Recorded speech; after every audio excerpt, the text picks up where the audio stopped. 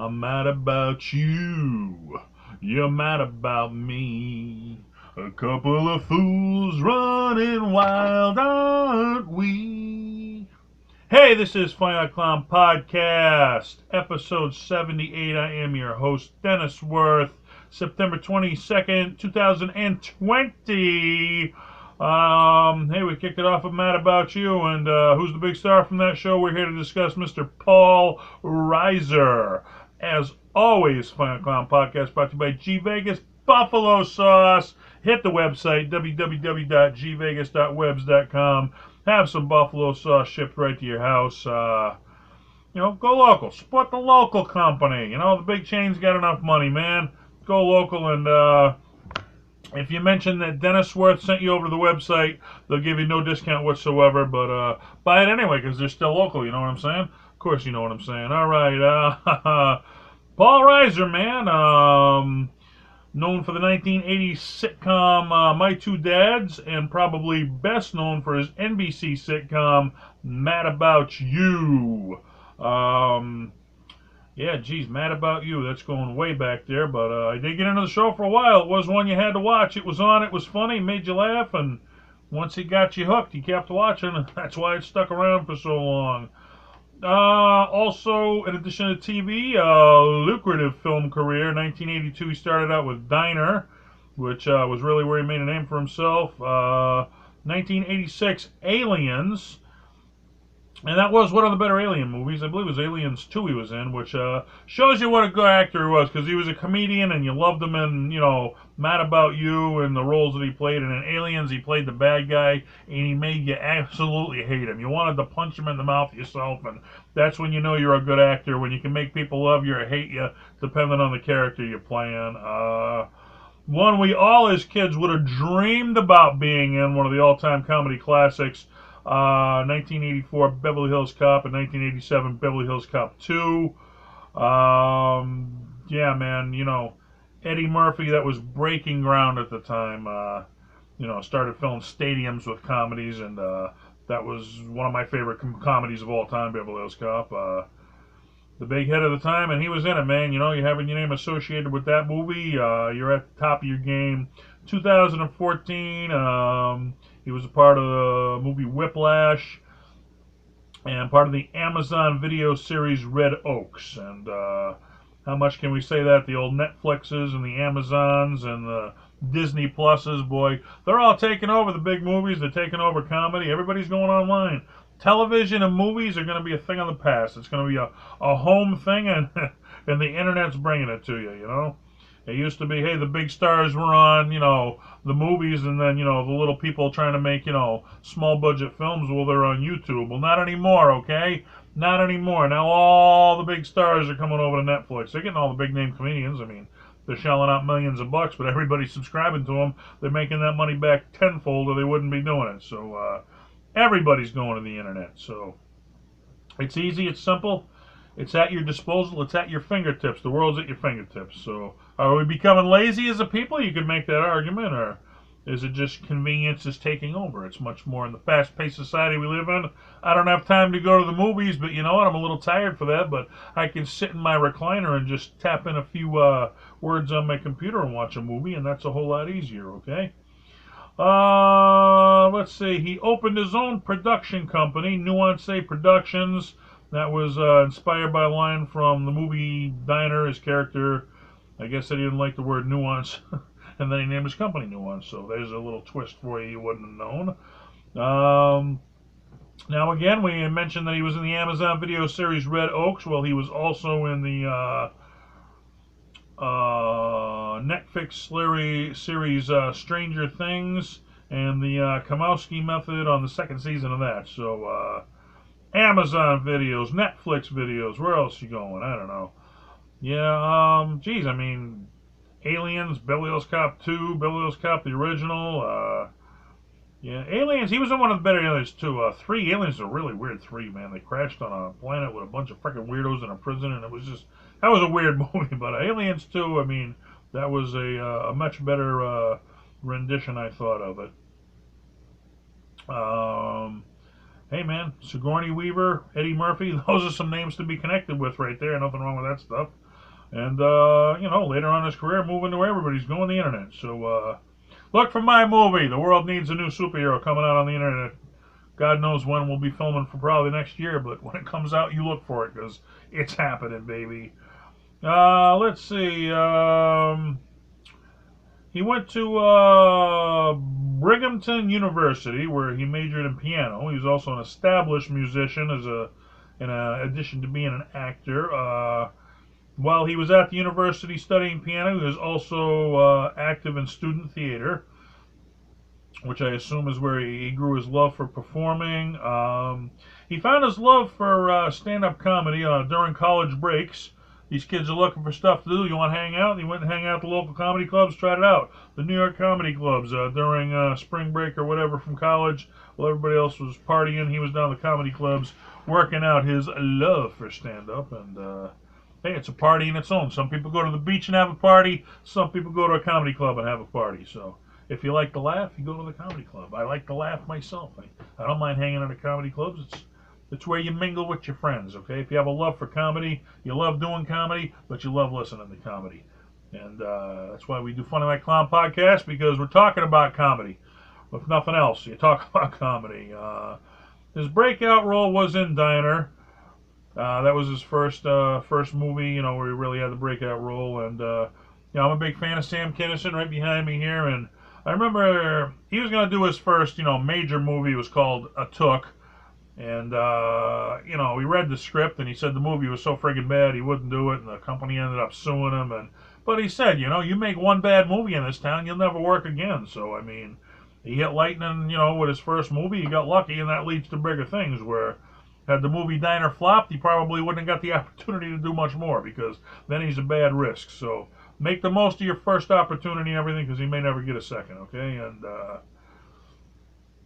I remember there was a big comedy club I wanted to play, and I finally broke in, and I got my chance, and I was so nervous to be there, I really didn't have a good set. And I said, man, I kicked myself, I missed my opportunity, I made it up for it later, but, you never get a second chance to make a first impression, that's for sure. So he made the most of it, and here's another one, and I think this is a very underrated movie, because I'll tell you, this goes down as a great movie in my book, and, well, it was a good movie. I never think it got the acclamation it deserved. Bye Bye Love, okay? And it's a movie all about divorce, and I guess because I went through a rough divorce, I can relate to everything in this movie, and that's the generation we live in when they say 3 out of 5 marriages end in divorce. So most people have been divorced. If you make it work, God bless you nowadays. Used to be what, I think 25 years was silver and 50 years of being married was gold. Well, nowadays it's 5 years of being married silver. You make it 10 years and went gold, okay? It's a whole different age. Not like our grandparents where you stay together forever. It don't happen. Breaking up is a regular thing nowadays. But if you watch this movie, Bye Bye Love, it's all about divorce. And they had 3 characters who were all divorced, and they were all playing a different role of how they handled divorce. Remember Randy Quaid? He was the guy who got angry, and there was a guy sitting on a porch he built when they were married, and she was living in the house. And hey, I built that porch on weekends and holidays. He's got no right to sit on that porch, and ended up tearing up the porch. And he was bitching that she used the child support to buy some tires for new cars. Like, money's for the kids. So he took the angry route. Matthew Modine was in that movie where he took the swinger move, where he broke up with his wife and he was trying to bang every girl in frickin' town. He was the swinger. Then I remember Paul Reiser. He took the route where he broke up, but he was still in love with his wife. He wanted to get back together. It wasn't going to happen, but he was the one. That was the role he took. Serious role, but to see the 3 sides, the 3 different sides of how everybody handles divorce. If you ever been divorced, you've been through divorce, I highly recommend that movie. All-time classic in my book, and it should have been a bigger classic of the movies, because, hey, divorce is the way of life. You want to deal with it, go watch a movie like that. It'll make you laugh, okay? The big one, as we mentioned, that everybody remembers him for, Mad About You, with Helen Hunt, one of the big female actors of the time. If you wanted the veteran female actor, she was the go-to girl. Here's one I didn't know. He actually co-wrote the piano theme song for the show, Mad About You. And I guess that must have went back to his college days studying piano, which he always had a love for music, even throughout his very successful acting career. And I try to stick to everything. I did internet radio for a while, and then I'm doing the podcast now. I did a local television show for a while. I mean, you try to keep your hand in everything. Now I'm getting involved with small budget movies and doing that, and you try to keep your hand in everything, hope something sticks eventually. And I'm a father's rights activist. That's been very successful for me. I've gained some big recognition in that field, and good thing, because I truly believe children deserve both their parents equally. And if you think child support's just about money, well, study it a little more, because it's not. It's about parents. But let's not go down that road. There's a time and place for that. Okay, this ain't it. This is a time to laugh. Funny Like a Clown podcast. How successful was Mad About You? Nominated for an Emmy Award, a Golden Globe Award, an American Comedy Award, and a Screen Actors Guild Award. So everything in there but the Oscars, I guess, man. That's how successful the show was. Everybody was tuning into it. One of the great comedies, 80s comedies, man. There's nothing like them, where nowadays it's more... They don't really want to make you laugh anymore. They want to do, what's the twist? What's the most weird, wacky thing, that'll make people's jaws drop? And it's just, we've really lost something. We've lost something like the Cosby shows and the Family Ties and the Cheers, and just the simple comedies. Everything's special effects, and what's the weirdest situation we can find, or But we've lost something, and trying to find something new, we've lost something sacred. He went out for a dramatic role in My Beautiful Son. He was on Larry David's Curb Your Enthusiasm as a guest star as himself. He actually released a music CD, The Unusual Suspects, and he went on an acoustic tour after that, to promote the CD and his love for music. So him and I guess he hooked up with a singer, and they got together, cut an album. They went on tour, and took a little break from the old acting industry to do what you love, okay? Because comedy's what you love. It's what I love, but it don't always pay the bills, okay? I mean, I hope to someday get to the point where it could pay. I mean, some months it could pay the bills, some months I'm busy enough, but there's very few comedians who can actually be a full-time comedian and just pay the bills with comedy. He was on the TV comedy Atlanta, so some smaller roles there, some bigger roles. Guy's doing it all. Here's a one I didn't know about. He pitched the NBC comedy series The Paul Reiser Show, and I guess it got picked up as a replacement show, where, if a show was on and it wasn't doing too well, and mid-season it got canceled, they take his show and they throw it in as a replacement. And he said it was an interesting thing, because you didn't have to worry about how good your show did, because it wasn't on the air yet. You'd have to root for other people's shows to fail so that they could put yours on. Well, mid-season a show did fail. They did put it on. But the problem with going on mid-season is there's no promotion for your show. You just get thrown in there. And it only lasted 2 episodes because, nobody knew about it. There was no time to promote it. It just got thrown on. And if nobody was watching the show in that time slot, why is anybody tuning in that time slot to even know that there was a change, okay? So, tough position to be in. Yeah, it's NBC. Yeah, you're on. But they threw him to the dogs with the time slot that he was in there. But, let's see, he co-created Here's Johnny, which was a series of shows about the backstage life of The Tonight Show. Again, we talked about Amazon videos, we talked about Netflix videos.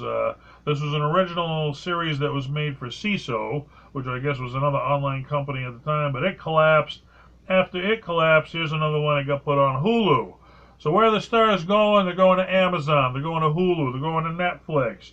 It's not about, hey man, can I get on NBC anymore? Can I get on The Tonight Show? Now it's more, hey, can I get on the Joe Rogan podcast, man? I mean, the world's changing, man. I'll tell you, it's a .com age, and I almost scared to say you might see, the collapse of TV. I don't know, not maybe, anytime soon, but down the road I can see it happening, man. Everybody's, well, even, the major networks, they all got, they got their online too. You can watch it on, your TV, or you can go online and watch it on their online set. World's at our fingertips. Don't be afraid to put something out on YouTube, because that's where the people are, man. They're all on there. If you're not going to be the next TV star, why not be the next YouTube star? Because who cares how people are watching you, as long as they're watching you.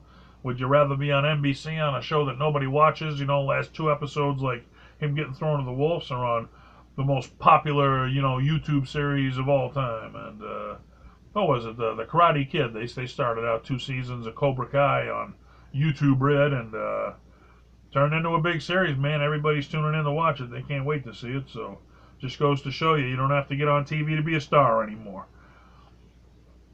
Let's see. He's written 3 books.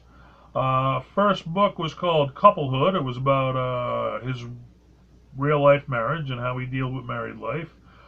Next book was called Babyhood. That was about him being a father and, how dealing with kids and being a father. The last one was called Familyhood, and that was about his family life and, dealing with his family. I guess, kids are growing up. You're a family man now. You're a backyard barbecue dad, and why not? But, started out, breakout role in Diner, on some of the biggest hits. Beverly Hills Cop at the time. That's in the movies. Went on Mad About You, the TV, did movies, did TV.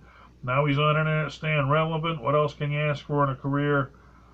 Probably not much. Okay, that's why he got asked to do some of these. Here's one I didn't know. I watched this show too, and you ever do that? You watch like an old show that you used to watch, and you didn't recognize the people from the time because they weren't stars yet. And you watch them. Oh, he was on that. I don't believe it. Well, you didn't know it at the time because he was a nobody, and you don't remember him for it because he was a nobody when he did it. He was on Remington Steele, and if I watched an episode of Remington Steele right now, I'd be like, that's Paul Reiser. Had you watched it back in the 80s when it was on, you'd be like, who the hell is that? Because Paul Reiser wasn't a big star yet.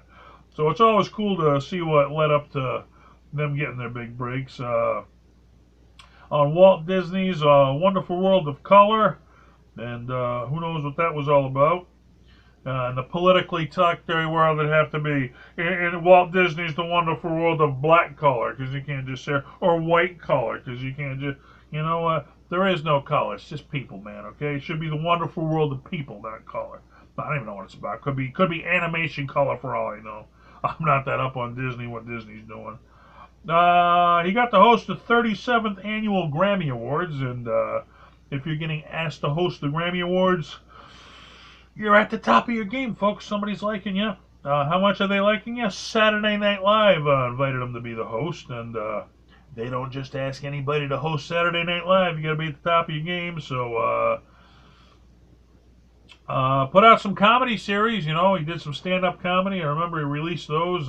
Funny stuff for the time, and if you get people laughing about your routines, it leads to bigger things. Eddie Murphy once said that, that he used comedy as a stepping stone to get to make movies, okay? And once he was making movies, that he stopped doing stand-up comedy. And I think it was Don Rickles once told him, you owe it to comedy to go back and do stand-up again. You owe it to this. You wouldn't be making the big movies if it wasn't for stand-up. And Paul Reiser, man, spring break from college, tried a few comedy clubs, found a niche, released his own comedy special, led to some small roles on TV, led to some big roles on film, led to some bigger roles on TV, led to hosting things you could only dream of hosting, and a legendary career. So, man, if I could be in one of those things, I'd be in one Beverly Hills Cop. You don't have to throw me in 2. I'd be happy with it. But legendary career, man. Paul Reiser. You mad about somebody? He was mad about Helen Hunt.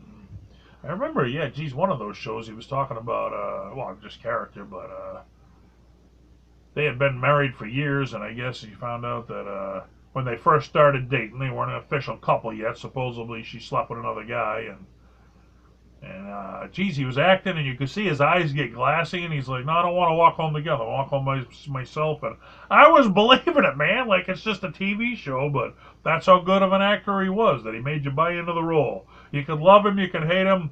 Either way, he was a great actor. Paul Reiser. Look for him, look for some big stuff. Comedy, what a stepping stone, to do what you love to do in life. Comedy's a great stepping stone. And even if you never make it big, if you love to laugh, that's what it's all about. Keep laughing, folks. This is Funny Clown Podcast. Go to work tomorrow and ask your friend what's the best joke you ever heard.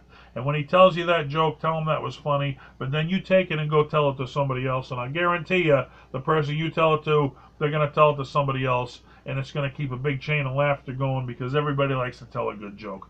Keep laughter alive. This is Funny Clown Podcast. I'm your host, Dennis Wirth. Till next week, tell a joke. Bye-bye.